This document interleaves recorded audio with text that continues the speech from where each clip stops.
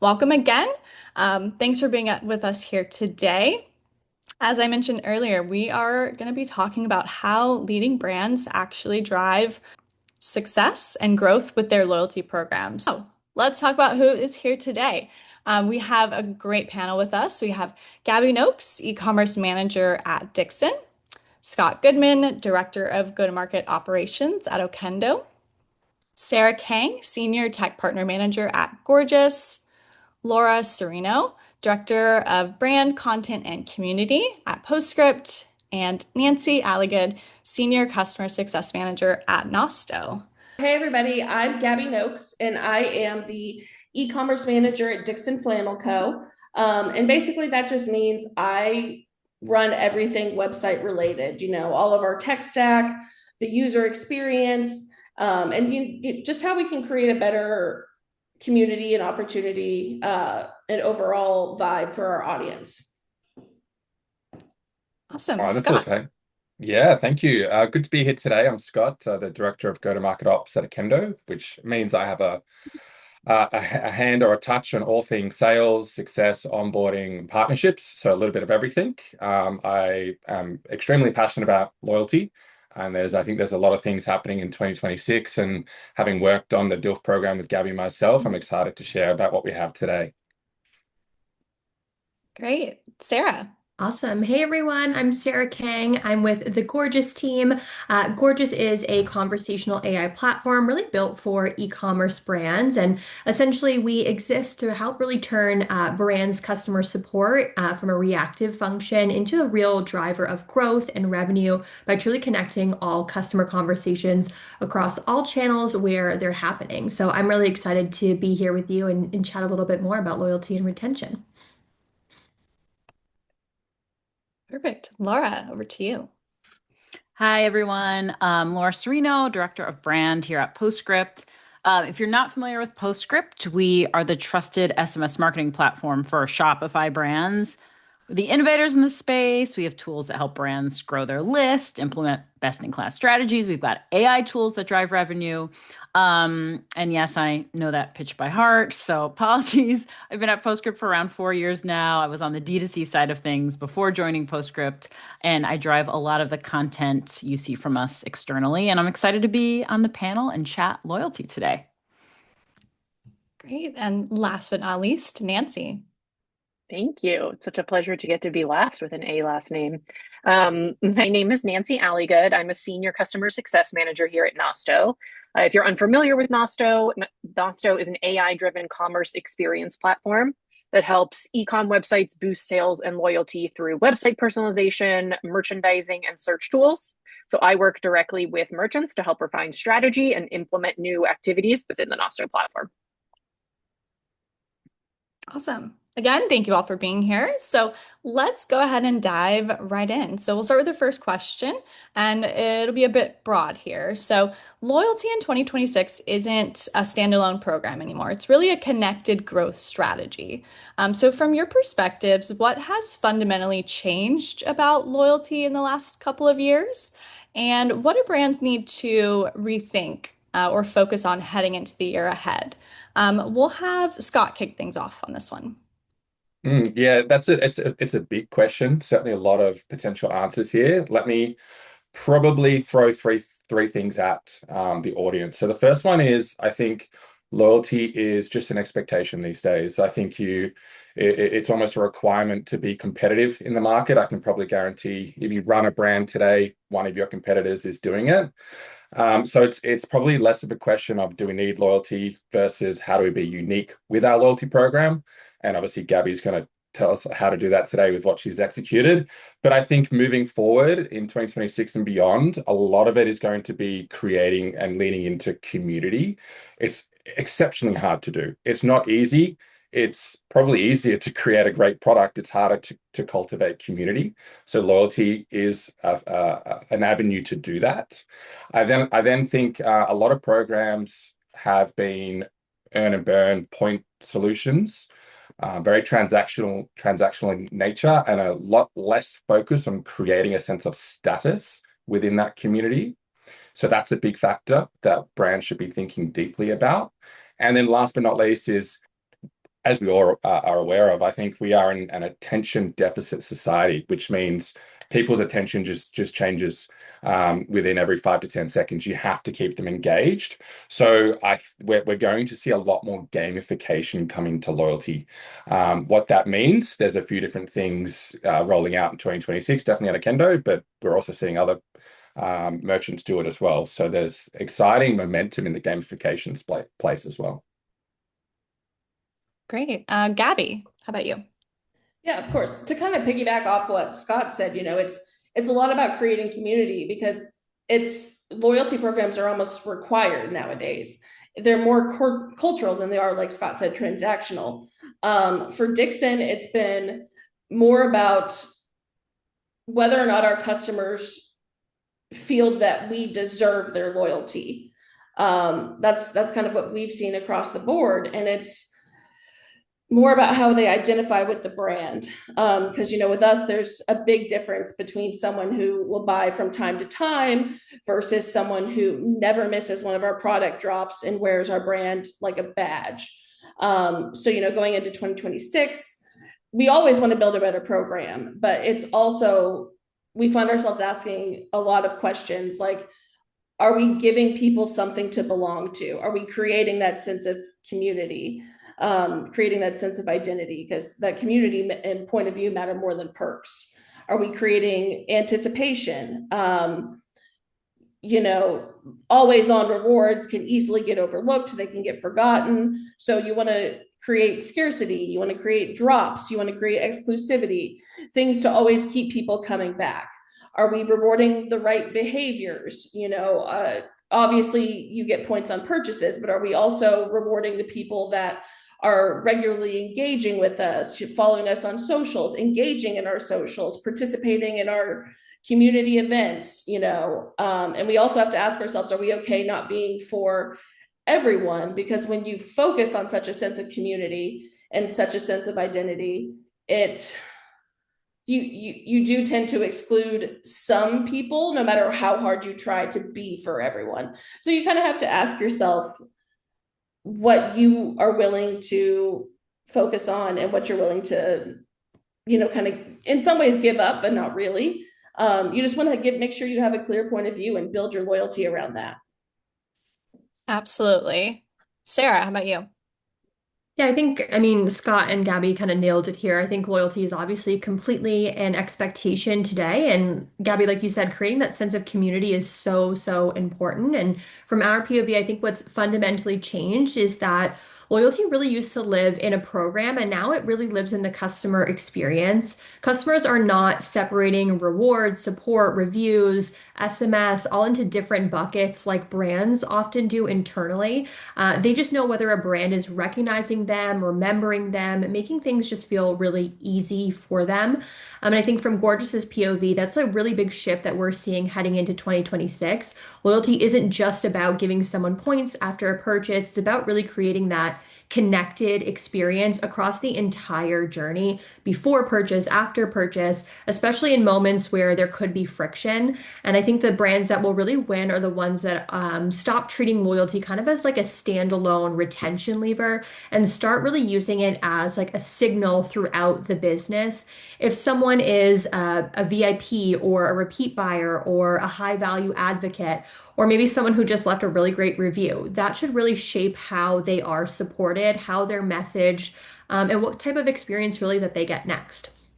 So I think the rethink here for brands is don't ask how do we improve our loyalty program? Ask how do we make every customer touch point feel really more loyal? And I think that's a bigger, much more effective mindset. And at Gorgeous, we're really seeing that play out in service conversations because support is often where loyalty gets tested in real time. Yeah, absolutely. Laura.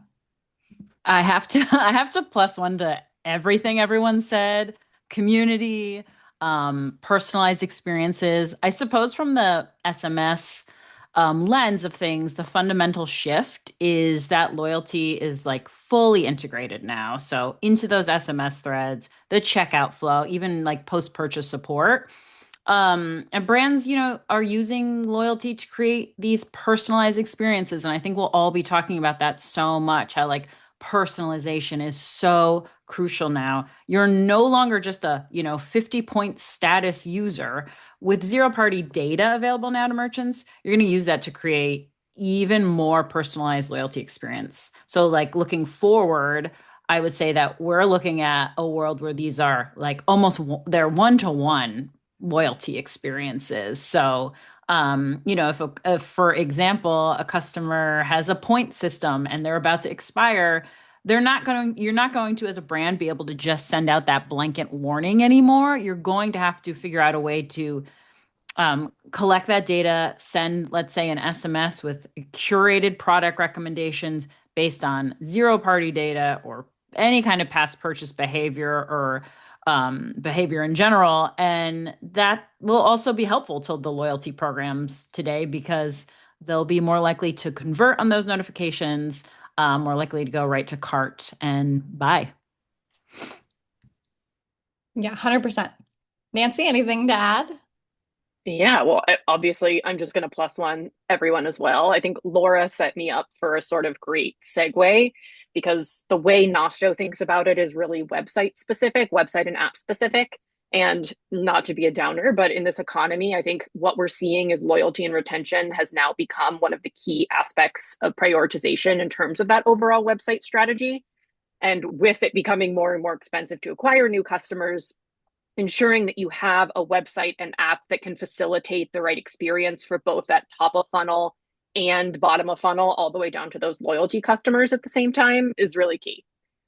So, one of the aspects that Nosto really sees is website personalization through content, product recommendations, products that are shown in both those recommendations, as well as search and merchandising strategies. When you think about landing on a PLP, if someone is a loyalty member, what products do you want them to see at the top of the PLP first versus someone who is a first time visitor? So, getting into the weeds about the experience that you want sort of both sides of the funnel to have through Nosto has been a focus on our side. Great. Let's shift our focus a little bit now and hear a bit more from Gabby. So, for anyone in the audience who may not be familiar with Dixon, just give us a bit of a quick overview of your loyalty program, why you launched it, how it's structured, maybe kind of what you were hoping to achieve with it. I know that's a lot to unpack, but yeah, go for it. I will certainly do my best. But no, to really understand our loyalty program, you kind of have to have an understanding of how our business model operates. So, just some quick background, everything that Dixon releases is designed in house, it's all custom, and it's released only once. We have a few evergreen products, but most of our flannels and party shirts and key items, once they're gone, they're gone. We don't typically bring them back unless it's like 5, 10 years later for an anniversary. And over time, that's really created this strong collector mindset. And we have an extremely passionate community. Like I've worked with quite a few brands and I've never seen a community quite like Dixon's. Like it's been kind of an incredible experience. And so when we launched our loyalty program, we had two main goals originally. The first was to give new customers a reason to fully integrate themselves into the community that we built.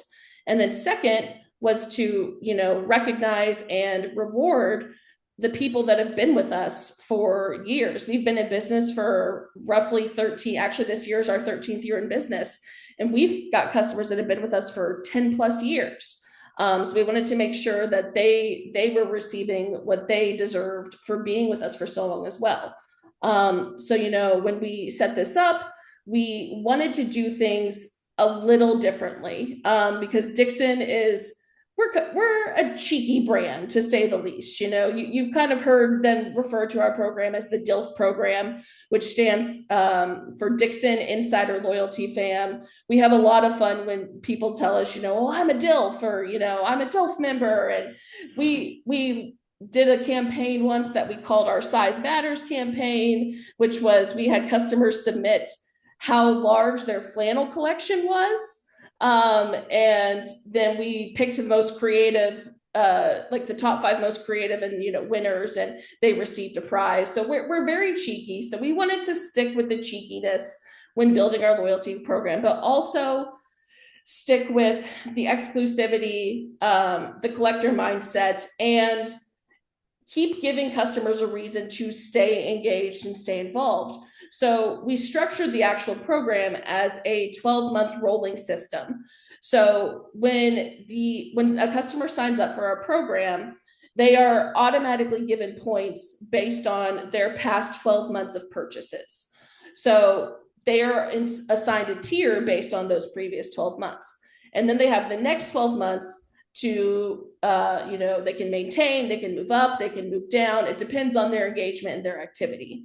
And so early on, we actually saw really strong signals that the rewarding past members, but also creating this sense of community for new members was really working. When we first launched in the summer of 2024, we had 5,000 members sign on within the first 24 hours to our loyalty program.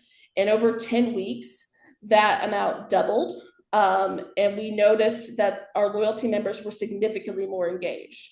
They had an AOV that was double the AOV of a non-member, and they shopped with us far more frequently. They had on average 6 orders as opposed to the non-members 1 order. So at the end of the day, we didn't want to just launch a program. We wanted to build something that reflects and encourages the customers and how they interact with our brand, and give them more reasons to stay part of it. Yeah, absolutely.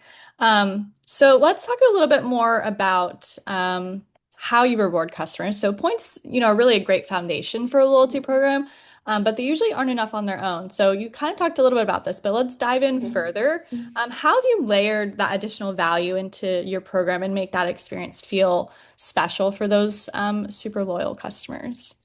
Absolutely. So yeah, points, like you said, are definitely a great part of the foundation. But we at Dixon, we've always believed it's not what makes a program special on its own. So we wanted to layer in value through our tier structure. Like I said, we have that exclusivity mindset, the collector mindset. So when we looked at different programs and how they were setting themselves up, we noticed they typically had 3 tiers, and they usually were named something like silver or bronze, silver, gold, or something like that. So to stay true to who we are as a brand, we went with names a little more custom to us. So we went with amateur, pro, legend, and then we added a 4th tier that is our Hall of Fame tier. And so with these tiers, as our customers move up, they unlock better perks, they get better bonus points opportunities, they get free shipping on all their orders once they reach a certain tier. We have the typical options that we offer, like they can redeem points for rewards, discounts. Sometimes we might do an exclusive, like free gift that they can redeem points for. But really, where we shine is that 4th Hall of Fame tier. We designed it to feel like it's something that is truly earned by our customers. What we did is for our Hall of Fame members, we designed a unique, one of a kind flannel for Hall of Fame members, and you can only get this flannel by reaching the Hall of Fame tier. It's never going to be sold. We will never release it anywhere. It is exclusively for the people that have reached that tier, so they can wear it like a badge of honor, and they can, be out and about and see someone else wearing the Hall of Fame and be like, "Oh, you're a Hall of Famer. You're in the DILF Hall of Fame." Like, we really have fun with it. And we redesigned this flannel every single year. So, we've got a 2024 Hall of Fame flannel, 2025, 26, because we want to keep them coming back and giving them reason to stay in that tier and stay part of that community. It's kind of a sense of status and something tangible that represents how much they've done for us. And we want to show them that we're appreciative of that. And it's just a lot of fun, and we're excited to see over the years how many flannels people end up earning from being a member of that tier, and then we can have a Size Matters campaign for that. Just Absolutely. I always love hearing you talk about your program. It's so fun. Um, so I know we've heard a lot from Gabby here about Dixon and their program. So I want to open it up to the rest of the panel. So from your perspective, what are some other ways that brands extend loyalty beyond points, embedding it across the customer journey? So let's kick off this one with Sarah.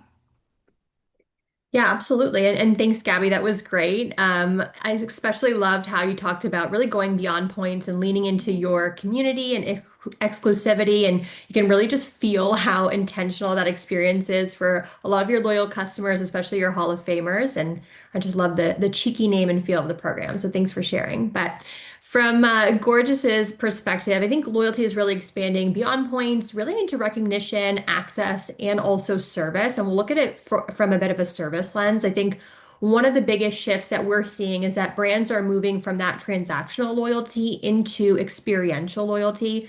Points obviously still matter, but they're no longer just enough on their own. And I think what really stands out is how brands are really making customers feel across the entire journey.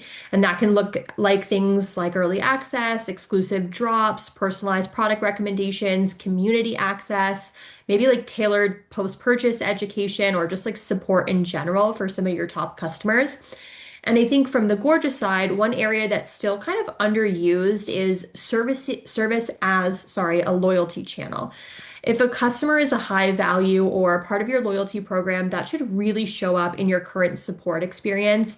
Maybe they get faster routing or more context aware service, or maybe proactive order updates or a more personalized resolution. We're also seeing brands really embed loyalty into moments that don't traditionally feel like loyalty moments. Maybe things like returns, order issues, product questions, subscription changes, or maybe even review follow-ups. Those are all moments where a brand can either feel kind of like a generic response or it can feel incredibly thoughtful. And I think for me, the real opportunity is to stop thinking of loyalty really as something customers visit and start thinking about it as something they experience all the time. And beyond points, I think brands are building loyalty through things like VIP treatment and support, early access to launches, perks after service recovery, personalized product recommendations, things like that. I think the common thread here is customers want to feel known and not just rewarded. And I think that's really where the rest of this ecosystem gets really powerful as well because of SMS, on-site personalization, reviews, and loyalty. They all just become so much stronger when they're connected. Absolutely. Laura, how about you? I want to be a DILF so badly now. Gab, she's converted me. Gabby, you've converted me. And one thing I really want to double down on when Gabby was speaking is just how true the Dixon brand is to their loyalty program, right? It's like she mentioned the tiers. How many of us have launched loyalty programs where we've had like a bronze, a silver, a gold tier? It's like really think about your brand and really thinking about your audience if you haven't launched a loyalty program yet to think about like unique ways to engage with them even as far as like the naming conventions go and what the reward system is. You don't need to launch an out of the box loyalty program, expect to turn it on and have it work for you. It should really be thoughtfully done, kind of like the Dixon, exactly like the Dixon brand has done. And so I just kind of wanted to give Gabby some flowers for that. So for us, we obviously see a tier of SMS only subscribers as a loyalty tier. So this is something that happens all the time with brands on Postscript where, they may have just an SMS only um, early access to sales. Just being an SMS subscriber has been a huge win for a lot of brands just because it's such a personal channel. And again, we're talking about personalized experiences, and it's just being able to text with a brand or the brand founder or whoever the voice is behind your SMS channel is such a great way to create loyalty and to create loyalists of your brand. I would also say, I think brands are beginning to understand that loyalty doesn't have to mean transactional. So it can be just about behavior. So an example of a loyalty tier now could be just a super engaged segment of people. So they're a high intent subscriber. Maybe they haven't converted yet, but they open all your emails, they open your SMS, they follow you on socials. Those people should still also be getting offered perks. And it's kind of this like introductory tier into the loyalty ecosystem that I think a lot of brands forget about. And it's like a really easy one to create. I would also say, something that we're also seeing a lot of our brands do is a lot of like in-person events when they're building out loyalty, or even just like a meet and greet or a Facebook Live with the founder, like just creating these moments of connection, of really making your community feel very special. I think that that goes a really long way when it comes to building a loyalty program. Yeah, that's great. Nancy, so I'll pass things over to you now. Yeah. I think again, I feel like I'm sort of echoing things that other folks are saying, but I think Laura hit the nail on the head with that sense of exclusivity. I think Nosto efforts on the website are typically set up on an audience targeting level, depending on the loyalty tier or lack thereof. So going from someone who is not a loyalty member all the way up to whatever that highest tier might be. So I think something that some of the brands that do this best are having those different content strategies, even outside of those active discount drop or offer moments happening when the loyalty program members are a little bit more in stasis without anything to action. Um, for loyalty members, that could be as simple as, personalized product recommendations, perhaps targeted to a specific loyalty tier with a pricing filter that ties into those benefits. So it's promoting products that are specifically either things that they can redeem rewards on or have additional benefits towards. And then for building that loyalty, looking at folks who have purchased a certain number of times and promoting benefits to those that are already shopping and are already a bucket of potential evangelists. So having that content that promotes some of those key benefits, and making sure that from those folks that are already loyal customers in the sense of their shopping and coming back, how do we get them into the fold and have them actually join the program? Yeah. Scott, I know everyone said a lot, but anything you want to add in here? Yes, I think I'll probably take a step back and come at it from more of a behavioral science approach because what has been mentioned, I totally agree with. But to layer it in more of like a simple terms and like a real life scenario, I've never shopped, let's just pretend, I've never shopped at Dixon before and I'm in the market for a flannel. I might be looking at a brand that has the cheapest product, is closest to me, has the fastest shipping, the best reviews. I held no loyalty to Dixon, and one of those three levers are probably going to be the reason why I purchase with them. Now, I notice they have a loyalty program. Maybe I join up, I get an immediate reward. That's the transactional nature. I earn points. That's a very powerful lever. Like brands and loyalty programs still need that to a degree. There needs to be incentives. But what everyone is talking about and what the best loyalty programs do, like the DILF program, is they go a layer beyond. So beyond the behavioral loyalty, I make a purchase, I earn points into what we call attitudinal loyalty. That is the goal that everyone on this call should be aiming towards. My attitude towards Dixon is now I do not care about any other brand in the market. I am so loyal to them. I don't care if they've got better shipping. I don't care if they're a better price. I don't care, XYZ. So how do we do that is great. We win them in with the incentives and the points to a degree, or the free shipping or XYZ. And then we have to keep using our loyalty programs to learn about our customers. So we're learning that from Nosto, what products they purchase. We're learning from Klaviyo, what times do they, open and test, PostScript and Klaviyo, all this CRM systems that we're using. When do they open their SMSs the best? XYZ. And then we start to actually talk to them differently. We personalize our content and we start to just win them over. We win them over into being almost biased towards the brand. So there's two stages of loyalty. Everyone can do behavioral loyalty with that easy points program and incentives driven. That next step is what we all need to do. And the hardest part about that is it's so resource intensive. That's why you see so many easy programs just stood up out of the box, set and forget, done.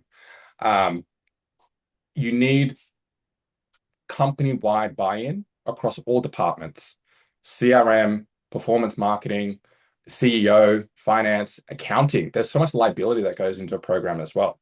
So experiential, if you have an events team within the brand, they all need to be together, and it needs to be a consistent, monthly reporting, monthly actions. What are we doing for loyalty? Gabby's nodding her head going, yep, we do this. And they've got a great program. So it just speaks for itself that loyalty in 2026 is probably most of what we're saying today, you probably know. Are you executing it? Maybe not. And that's the tough question that we might need to ask brands today. Yeah, super important. Good insights there, Scott. So I'll keep things with you for the next question, actually. So brands are sitting on a wealth of data. They're collecting it from loyalty, reviews, UGC, quiz, survey, responses, SMS, everywhere. So how should brands be using that data to enhance their loyalty programs and deliver that kind of tiered or experiential rewards that we've just heard about? Yeah, I think again, I might be cheeky, I might flip the script. Is it about enhancing the loyalty program? Yes, always. Is it about enhancing the company in general? That's obviously the greater goal. So one of the things that we see brands do really well with Akendo is we have a survey tool. So we can start to survey our most engaged customers, which are our loyalty members. So instead of sending a survey to your entire customer base, it might have a 20 to 30% completion rate. If we can survey specifically our members, they love us, they want to talk to us, they want to give us feedback, you might get an 80% completion rate. And then you start to understand things that you never would have known: product research, competitor insights, marketing attribution. And so you can start to get more granular in what your community is telling you, and you can start to build a brand that your community actually wants. So I think that's a really powerful tool that we would love to see more brands doing. It's also about just a level of inclusion with your community base. So, just you asking them makes them feel seen, makes them feel heard, and it's very validating and easy to do. The next thing I'd say is surprise and delight. I think, as someone on the call mentioned, I apologize, I forget. We seem to always have a always on approach to loyalty, which is great. We're always earning points. We're always being able to be aware of what carrots are being dangled towards us. But there's a behavioral psychology called the decision effect theory, which basically means unexpected rewards create stronger emotional responses. So if I suddenly get a free sample because I'm a X tier member, or I suddenly get double points on a purchase because I'm X tier member, I'm a part of the program, it has exponential effects because it just was unexpected. And the common term for that is surprise and delight. So that's it. Again, it's a very simple thing to do in theory. Executing it takes time, takes energy, takes strategy. And then the last thing, which Nosto can talk all day about, is just personalization. And so what we do and what we do with Nosto is meta-field personalization. So we can customize the on-site experience based on their tier, how many points they have, just welcoming them with their first name when they visit the website. Great, they know who I am, they're respecting me, they're making me seen, heard, and validated. So they're three simple things which we can do today. Yeah, absolutely. I mean, who doesn't want to be seen and heard, right? Like, from a brand, it's so much different, right? Like, super valuable. So, building kind of off of that, and let's focus a little bit more about personalization, and pass things over to Laura and Nancy. But starting with Laura, how are you seeing brands connect loyalty data to personalization across on-site experiences? Gosh, And I mean, SMS. Sorry. yeah, no, it's all right. Honestly, in so many ways, I'll give a couple like easy ones that anyone here could build out within their own kind of SMS strategy today. One would be those contextual triggers. So I think a lot of us probably already do this, but they're really impactful. Instead of that generic maybe points updates that we're used to doing, brands will trigger a text instead when a customer is kind of at like this threshold. So it might be like you're $12 away from unlocking a new status, or you're this action away from unlocking a new status, and sending out kind of like those more proactive messages to just remind people like, oh, they're so close to getting another level within your program. Another one, which we see a lot of brands do, I know there's a coffee brand on here. This might be a good one if you don't already do it, is this idea of like predictive replenishment and your loyalty credit. So, like combining those things. So, where brands are kind of merging that consumption data with loyalty balances, for example. So, it's been 30 days since your last coffee order. You've got however much in credit or in points or in whatever waiting. Do you want to apply it in order today? Make it as easy as possible for them to do that. One thing I think that is so important that we've touched on a little bit here with community is a loyalty program. You have to speak to your customers in a loyalty program in a meaningful way. So, obviously we think about this a lot because SMS is just again that channel where you're texting your mom, you're texting your partner, you're texting a brand. And do customers want to text with brands? Yes, we know right now. We just ran a report called the State of Conversation, and we know that there is a huge gap right now with consumer expectations and with what brands are actually doing. And one of the things that came up a lot in this report is that brands are expecting that if they're texting with you, that you're going to text them back. A lot of brands don't have either the infrastructure, the staffing, the time, the tools to be able to do this, but it creates such a loyalty experience. I mean, we have a solution called Shopper that does this at scale. It's an AI agent that works off your own brand voice, so nothing sounds generic. And it will also proactively go in and talk to your customers or your subscribers, and it will also be able to handle kind of objections for you, just like check in. We've seen so many cool conversations where people are just like, hey, how was that? The shopper's been like, hey, how was that trip to Fiji? I know you bought those pants for that. And you're able to have these moments where a customer is like, I love this brand so much, which is what we all want to do ultimately when we create these programs. And so I would say overall, though, goal for 2026, zero friction. Like, if a customer has to leave their shopping journey to check out a separate loyalty portal or a whatever, you've already lost them. And that personalization means bringing the loyalty program to wherever the customer is, whether that's an SMS, whether it's on a personalized landing page like Nosto has talked about. And so just being able to do that is how you're really going to create a lasting program. Yeah, absolutely. I love that. Nancy, so let's talk a bit more about the on-site experience aspect. Yeah, so I think a couple of folks, Scott just mentioned, like even as much as, greeting someone by name and loyalty tier when they log in and acknowledging that. There's also, of course, sort of a structure of how to reach those folks who are not necessarily logged in and are checking out. Nosto allows folks to utilize ESP integrations to target those email loyalty segments and show messaging, perhaps reminding them to log in and view those rewards and points. A lot of folks are logged in via browser these days. So having that email connection to when they're shopping online is a way to be able to reach them, even when they're not logged in and actively thinking about that loyalty program.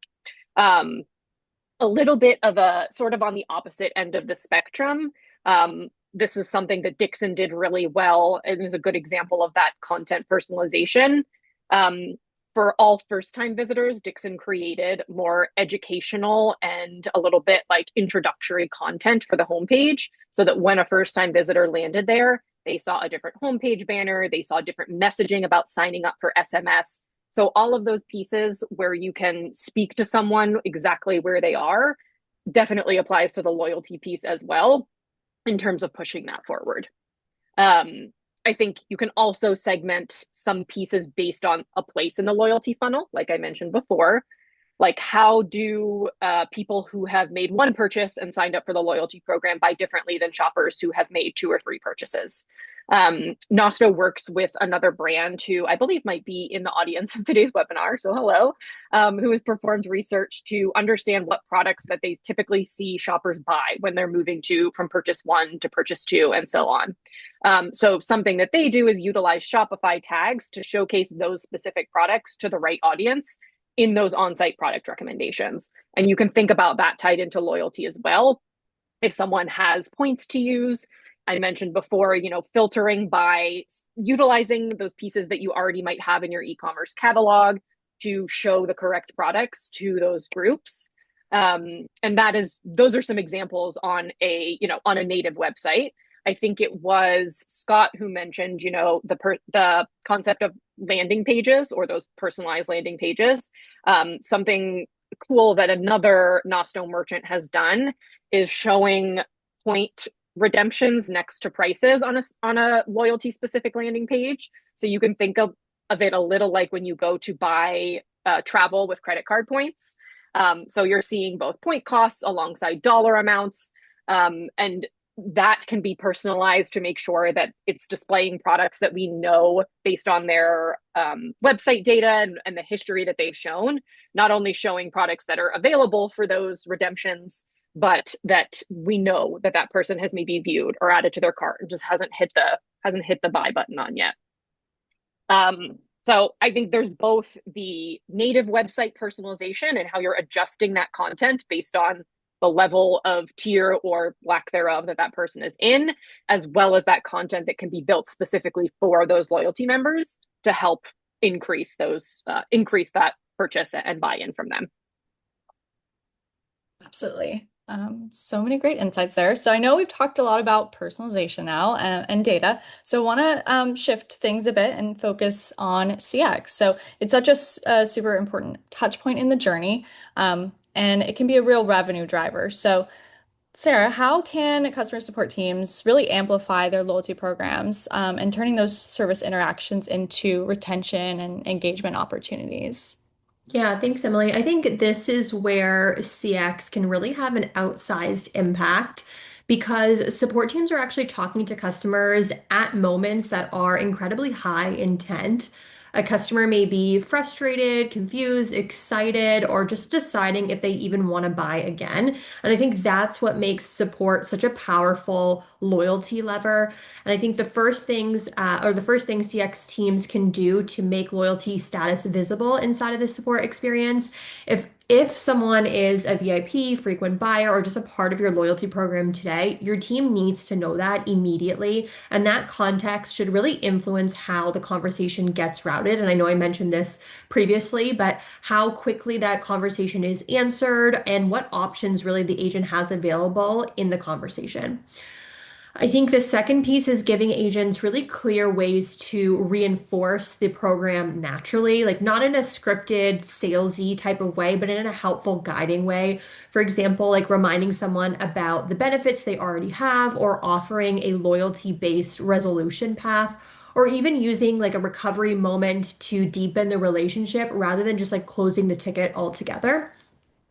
And then I think a third is that CX teams should really look at support conversations as almost signals. So if customers are repeatedly asking about shipping, sizing, fit, returns, product usage. These are all opportunities to improve the loyalty journey itself, whether that means better education, better proactive messaging, or perks that actually will solve the customer's pain points. I think like the big idea here is support shouldn't sit downstream of loyalty. It should really actively enforce it.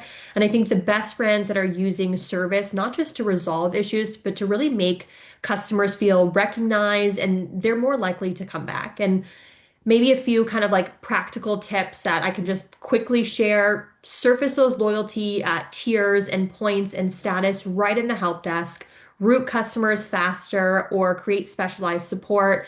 Give agents really like a playbook for loyalty aware resolutions that they can leverage, and use those common support issues to kind of trigger that proactive outrage. I think those are just a few like simple operational changes, but they can have a really real effect on retention. Customers remember perks, they will, but they actually really remember how a brand treated them when something went wrong. And I think that's the exact moment that CX shows up in a loyalty aware.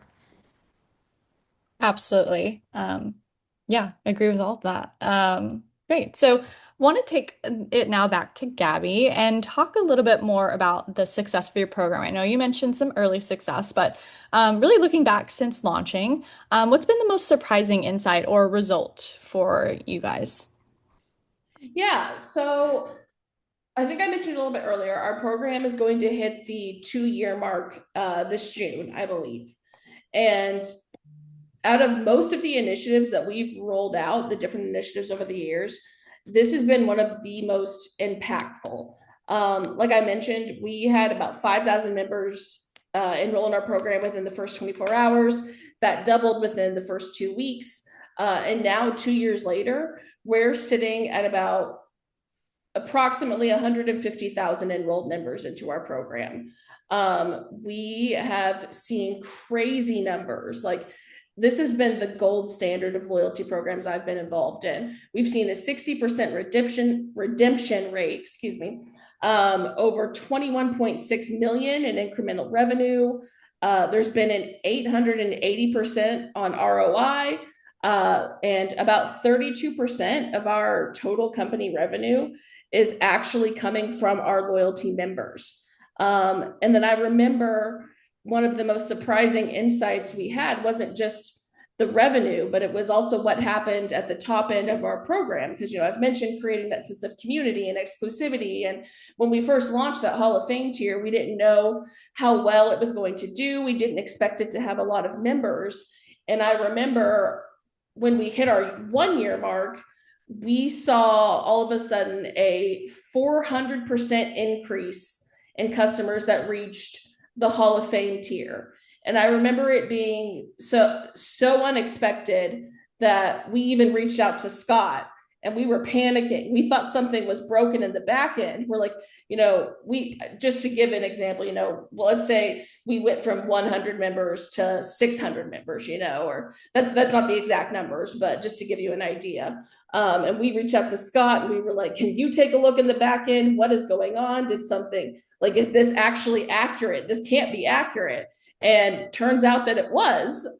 So we just had so many people want to get that exclusive flannel that they did what they had to do to get to that tier. And now 2 years later, we've seen a 537% increase from that first day, the members we had on the first day. So it's been insane growth. It's done so well. I mean, we honestly couldn't be happier. Like, it's been great. Yeah, those are some really incredible results. Love to hear that. Um, so we have one more question to get through, and then we should have some time to get through a couple of questions in the chat. So to close things out, let's have everyone give brands listening in just one practical action to take in the next 90 days to strengthen loyalty. So what would it be and why? And Nancy, we'll start with you this time. Yeah, so I think if you're not doing any kind of website personalization at this point, starting really basic with the tools you have is going to be a great bet. Most brands are doing some kind of abandonment messaging already. So pairing loyalty messaging with that and sort of killing two birds with one stone with something like, remember to buy these items left in your cart today to get your first XYZ number of loyalty points. And this can act as an intro to the program in whatever way makes the most sense for your brand. So starting to sow those seeds with something you're already doing even before someone has made the first purchase. Great. Laura. I'm going to change my mind about what I was going to say after listening to everyone and seeing some of the things in chat. I would say um, have a conversation, segment out your most engaged buyers, and have a conversation with them around what they want from your loyalty program. I think a lot of us are talking about in the chat about loyalty programs that haven't quite popped off, that there's some problems wanting to rebrand, wanting to relaunch. It's like, don't forget to ask them, like, what about the program isn't working? What is it that you'd love from a loyalty program? So whether you have one that exists or you haven't started one yet, I would say start with identifying a really loyal, already loyal segment and ask them what they want from your brand. Yeah, that's a great one. Sarah. Yeah, I love that, Laura. I think I kind of gave away some of my tips in the last question here, but I think if I had to pick one, it's look at your top one or two service moments and just really make them loyalty aware. just don't try to redesign the entire program all at once. Start with some of the matters that, or the moments that matter most. Maybe it's order issues, returns, or product support, and really ask, like, does a loyal customer get a meaningful, better experience here? And the reason I'd say kind of start here is because it's really practical. It has a really fast feedback loop, kind of what Laura was mentioning before. You're not just adding another reward mechanism, you're actually improving the customer experience in moments that will kind of influence that repeat purchase behavior and retention that we're all after. Yeah. Gabby. I would say just don't treat your loyalty. I mean, don't treat your loyalty program like a set it and forget it program. You need to ask yourself, what can we offer that actually reflects our brand and makes people care? Don't be afraid to invest in exclusivity or rethink your top tier. You want to create moments that excite and rewards and things that excite and not just discounts. And you want to make sure that someone owns it.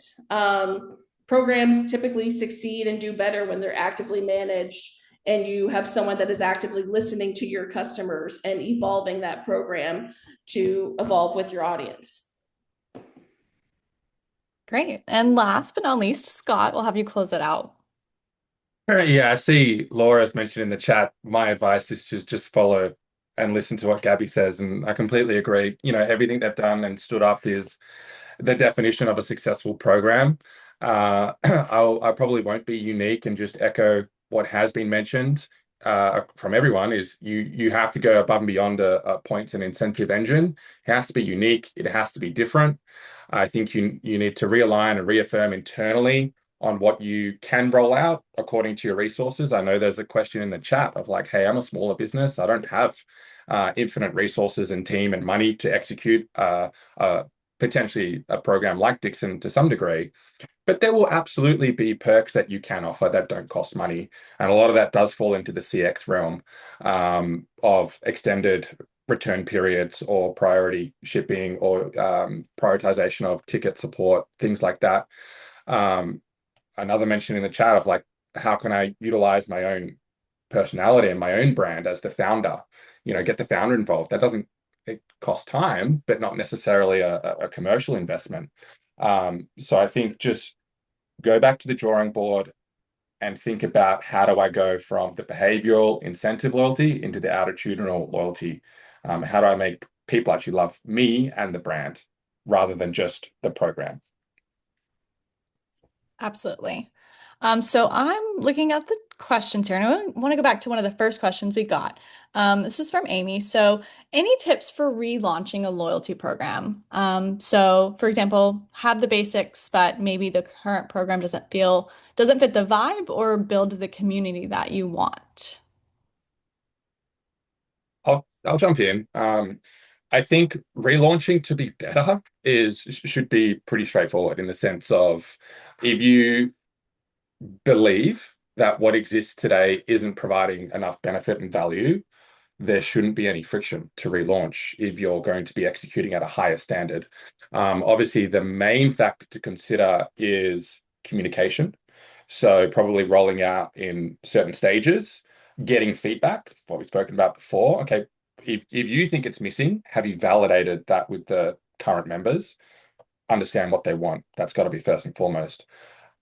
Communicate that it's coming, tease it, use it as a promotion engine rather than just a bang, one day it's, a whole program's rolled out. A part of what we've often seen when Akendo has migrated a program from a different provider onto us, brands want to change the point ratios and the cashback ratio. That can be pretty messy. So, all of a sudden, 100 points is worth $10 instead of 5. That costs you money as the business. So you have to get your financial modeling correct if that's the scenario that you're going to go through. And equally, if you're changing tier thresholds, you have to think about, oh my gosh, suddenly someone who was a platinum tier member or Hall of Famer is no longer a Hall of Famer because you've increased the tier thresholds. So yes, there is a lot to think about, but at the end of the day, I think it's actually quite a positive experience for the community, so long as you've listened to them and you're executing on a program that is something that they want and have vocalized that. Yeah, and I can kind of jump into from a brand perspective to piggyback off what Scott said. We didn't technically relaunch, but we had announced a launch of a loyalty program, and we backtracked after we got feedback from our audience. We made a post and sent out an email to all of our communities saying, "Hey, we're launching a loyalty program. Here's the details. This is coming in the next couple of months." And we opened it up for questions from our audience. And the more information we gave them, the more we realized how unhappy they were with what we were going to be launching. Because the program that we originally were going to launch with, it didn't allow points on past orders. So everyone was starting from scratch.